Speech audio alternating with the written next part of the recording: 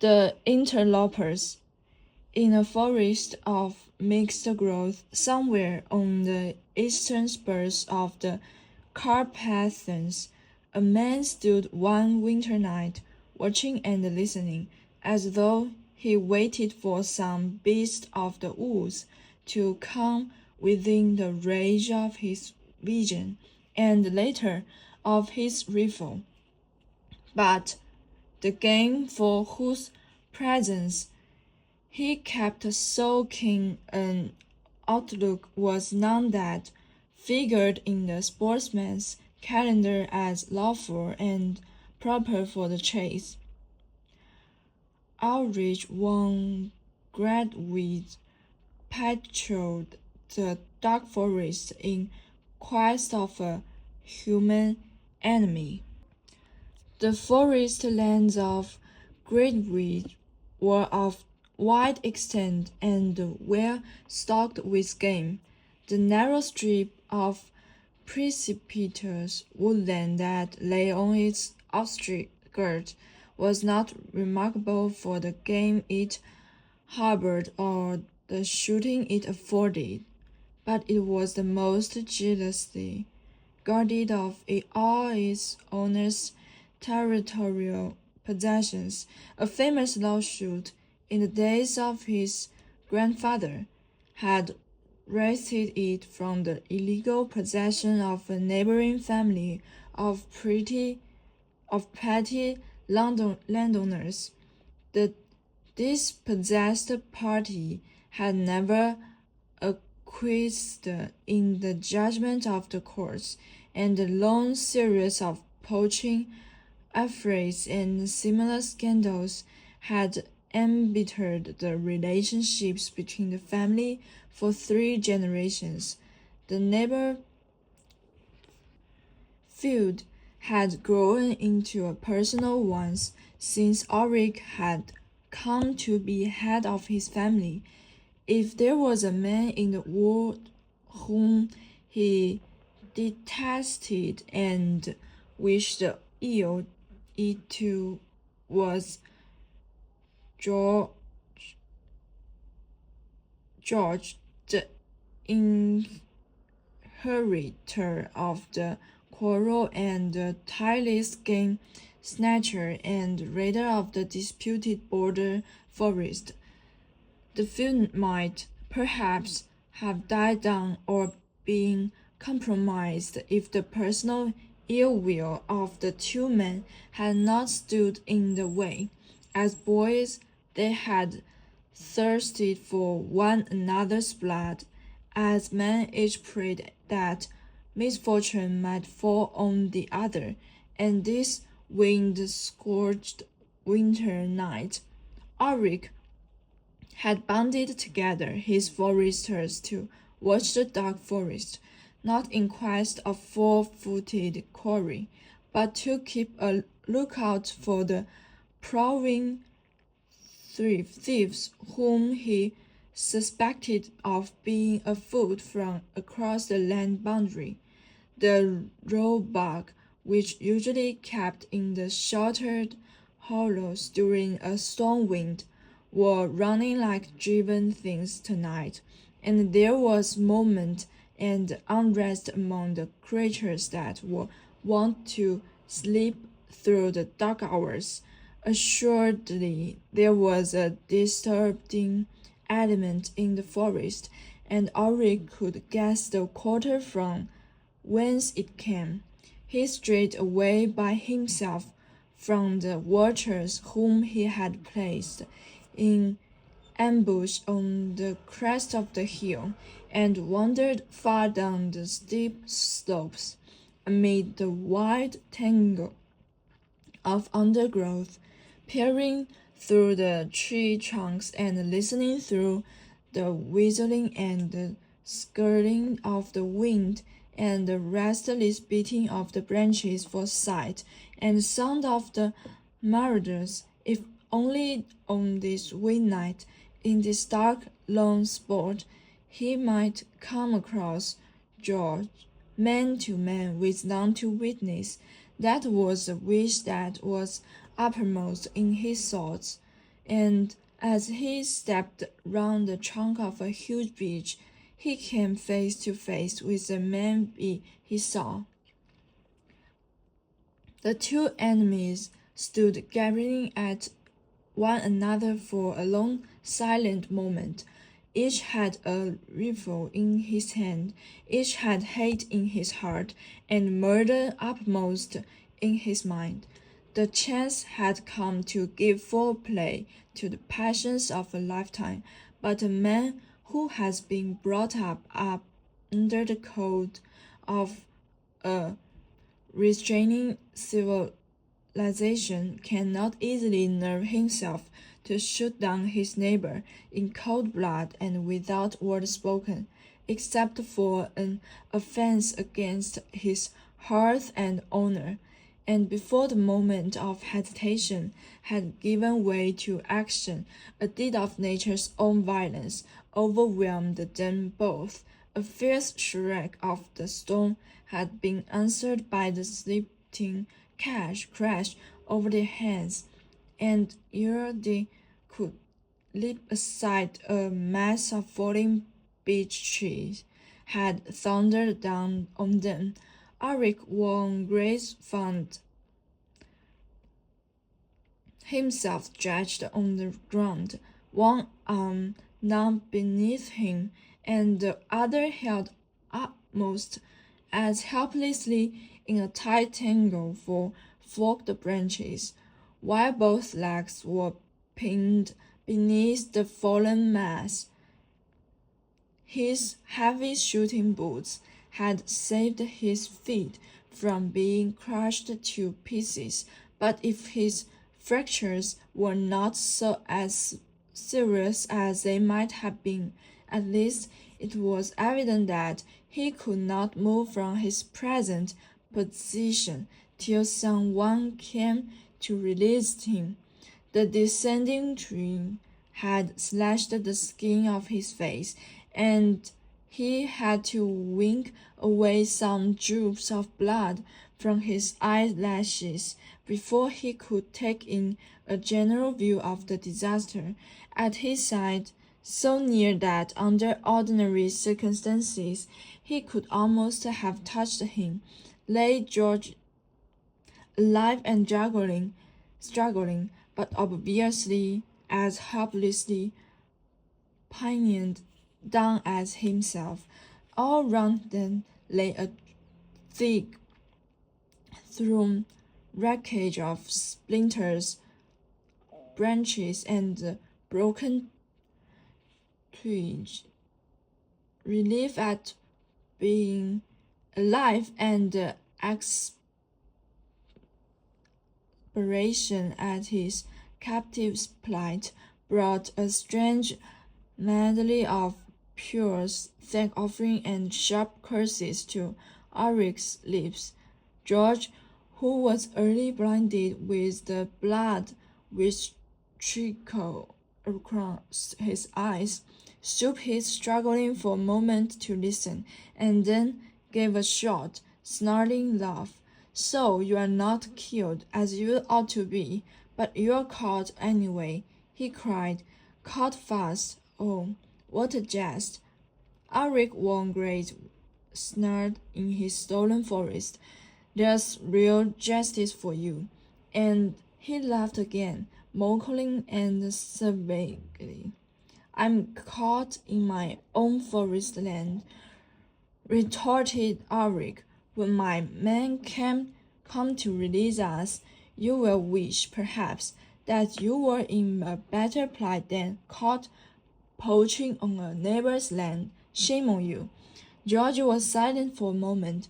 Then he answered quietly, Are you sure that your men will find much to release? I have men too, in the forest tonight, close behind me, and they will be here first and do the releasing. When they drag me out from under these damned branches, it won't need much clumsiness on their part to roll the mast trunk right over on top of you. Your men will find you dead under a fallen beech tree. For form's sake, I shall send you my condolence to your family. It's a useful hint, said Ulrich fiercely. My men had orders to follow in 10 minutes' time, 7 of which must have gone by already, and when they get me out, I will remember the hint, only as you will have met your death poaching on my lands, I don't think I can decently send any message of condolence to your family. Good, snarled George. Good. We fight this quarrel out to the death, you and I and our foresters, with no cursed interlopers to come between us. Death and damnation to you, Uncle Warm Grace. The same to you, George. Forest thief, game snatcher. Both men spoke with the bitterness of possible defeat before them, for each knew that it might be long before his men would seek them out of fun or find him. It was a bare matter of chance which party would arrive first on the scene. Both had now given up the useless struggle to free themselves from the mass of wood that held them down.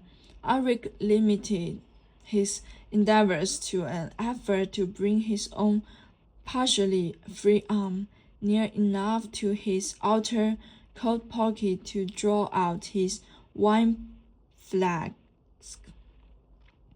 Even when he had accomplished that operation, it was long before he could manage the unscrewing of the stopper or get any of the liquid down his throat. But water heaven sent dried it seemed. It was an open winter, and little snow had fallen as yet. Hence the captive suffered less from the cold than might have been the case at the season of the year. Nevertheless, the wine was warming and reviving to the wounded man, and he looked across with something like a throb of pity to where his enemy lay, just keeping the groans of pain and weariness from crossing his lips. Could you reach this flag if I throw it over to you? Asked Ulrich suddenly. There's good wine in it, and one may as well be as comfortable as one can. Let us drink, even if tonight one of us dies. No, I can't scarcely see anything. There is so much blood caked round my eyes, said George, and in any case I don't drink wine with an enemy.